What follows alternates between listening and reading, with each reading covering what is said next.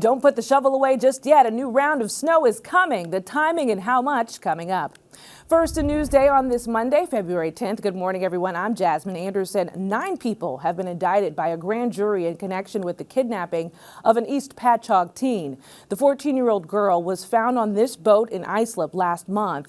The defendants are set to be arraigned Thursday, facing a 75-count indictment, which includes allegations of child sex trafficking, kidnapping, and rape. Christian Velasquez Galeano of Long Beach is due in court today, accused of killing a man while driving drunk. Police say he crashed into a tree in Garden City yesterday, killing his passenger, then ran away from the scene. We could soon have a decision on President Trump's federal employee buyout offer. A federal judge will hear arguments today over concerns from labor union leaders about 45,000 Long Islanders work for the federal government. Eagles fans are flying high today after a dominant win in Super Bowl 59. For the second time, the Vince Lombardi Trophy is headed to Philadelphia. Hang in there, but again, Philly quarterback Jalen Hurts was named the game's MVP. He led the Birds to a 40-22 win over Kansas City. The Aaron Rodgers era with the Jets reportedly is over. Fox Sports' Jay Glazer says the Jets' new coach and GM told Rodgers last week he's not a part of their plans. Thousands of Long Islanders stripped down for the 25th annual Long Beach Polar Bear Splash yesterday. Organizers said they raised nearly $500,000 for Make-A-Wish. Dry and cold out there on this Monday with more snow on the way. Here's a look at your day planner. Sunny today, highs in the 30s.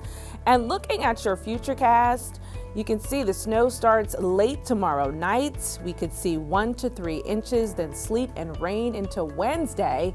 Now in the 7-day forecast, rain on Thursday, but look at your Valentine's Day.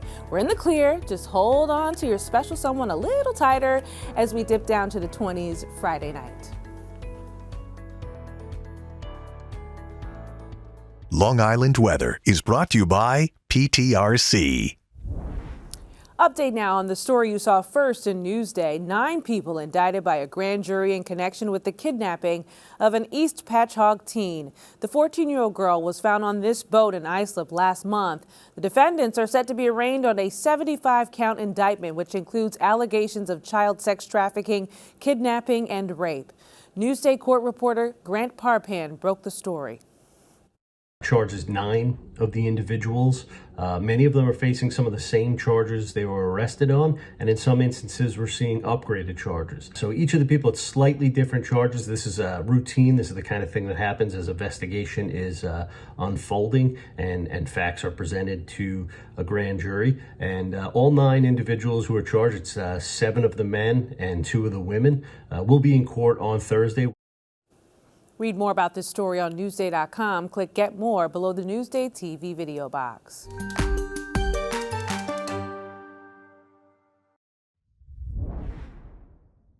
the MTA says congestion pricing has been successful at making Manhattan's roadways a lot less packed. But is it making your train ride a lot more packed? There's like people up and down the rows, like, you know, where the seats are, and there's like basically no place to sit. 1 month since it took effect, MTA officials say congestion pricing is working as planned. They've seen a significant drop in the number of vehicles driving into Manhattan, and also an increase in the number of people using public transportation, including the Long Island Railroad. The number of new passengers at some LIRR stations in January outpaced the ridership growth the railroad had been experiencing as of late. In December, New Hyde Park saw a 14% increase in ridership as compared to the same month in the previous year. In January, that shot up to 22%. New Hyde Park has always been a busy station, and the times that I travel, there is a sizable crowd, and you rarely get any seat on the LIRR anyway, but I have noticed that there are more people than usual. Other stations have seen the same pattern. At Ronkonkoma, ridership went up by 18% last month as compared to 11% in December. Garden City, up 19% from just 3% the previous month. System-wide, however, ridership grew slower in January than in December. Even with the added riders at some stations, MTA Chairman Jano Lieber says there's no need to worry about overcrowding. There is room for everybody. The 130,000 people are driving. If every one of them got out of their car and came on the subway or the bus or the Long Island Railroad or whatever, it would be a drop in the bucket. We have plenty of room. If congestion pricing is working as well as the MTA says it is, New Hyde Park commuter Ryan Jacob wants some of that toll revenue to go toward making sure his train arrives on time more often. I feel like if you're going to force people to use mass transit, I think it would be nice to see it run more efficiently. And the increase in Long Island Railroad ridership doesn't just mean fewer seats on your train. It could mean fewer places to park your car at the station lot. And some of these lots were already near or at capacity, and losing a few extra spots could make all the difference. In Garden City for NewsdayTV, I'm Alfonso Castillo. Read more about the LIRR ridership on Newsday.com. Click Get More below the NewsdayTV video box.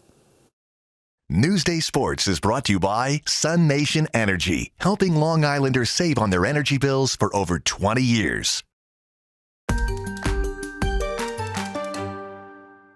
I have so many people who've doubted me along the way. It really does come down to hard work. Zahara Santil began playing basketball just 4 years ago. Now, the Uniondale Junior averages 12 points per game and even earned a spot on the Newsday Top 100 list. She struggled, I'm not gonna lie. She's just like everybody else. She struggled. She struggled to learn to dribble the ball. She struggled to learn to shoot.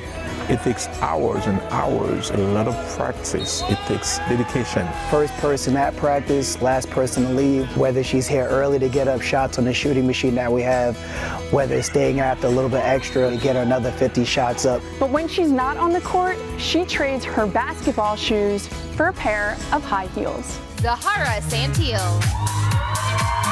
I was 8 years old, and one day I woke up, I got a letter in the mail saying that I was recommended to compete at the pageant, and my mom was like, oh my goodness. Along with pageants, Santil found a passion for modeling and has even walked in New York Fashion Week. When we received the last final letter, it says, congratulations, Zahara, being selected to be modeling at the New York Fashion Week.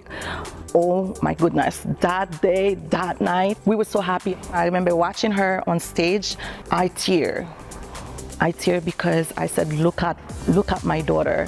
Despite being a part of two very different worlds, her modeling background has actually helped her on the court. Every time I've usually gotten a big, they've kind of been a little klutzy, off balance, not being able to focus, but knowing that she had that modeling background, I know she knows how to walk correctly, so it's easy to teach her, again, pivot steps or drop step because she had that coordination or background from modeling. People usually tell us, we didn't know how a girl can transform a gown and a heel to a jersey and a sneakers. She has many talent for her to do both. I just love breaking the stereotypes because some people think you can't have the best of two worlds. Those two worlds can help me become what I am today. Jolie Katzen, Newsday TV. Oh, I love that story. Read more about Newsday.com. You can find everything there. Click Get More below the Newsday TV video box.